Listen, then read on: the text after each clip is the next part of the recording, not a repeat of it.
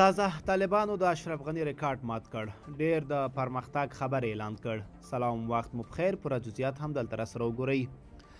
افغانستان بیلابیلو هیوادونو ته د ورځني زر لارۍ صادرات لري.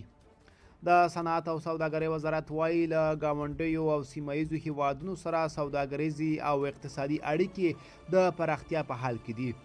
د دغه وزارت ویان ویلي چې له ګاونډیانو سره د افغانستان اړیکې ښې شوي او د لا پراختیا لپاره یې هڅې روانې دي.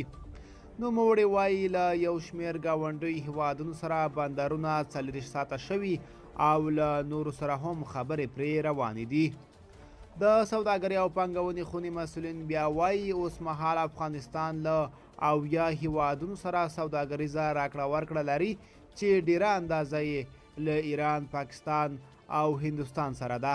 د دغې خونې ویان ویلي چې اوس مهال افغانستان بیلابیلو هیوادونو ته د ورځې زر لارۍ صادرات لري چې مختلف توکي پکې بار وي او دا په روان کال کې نور هم زیات شي.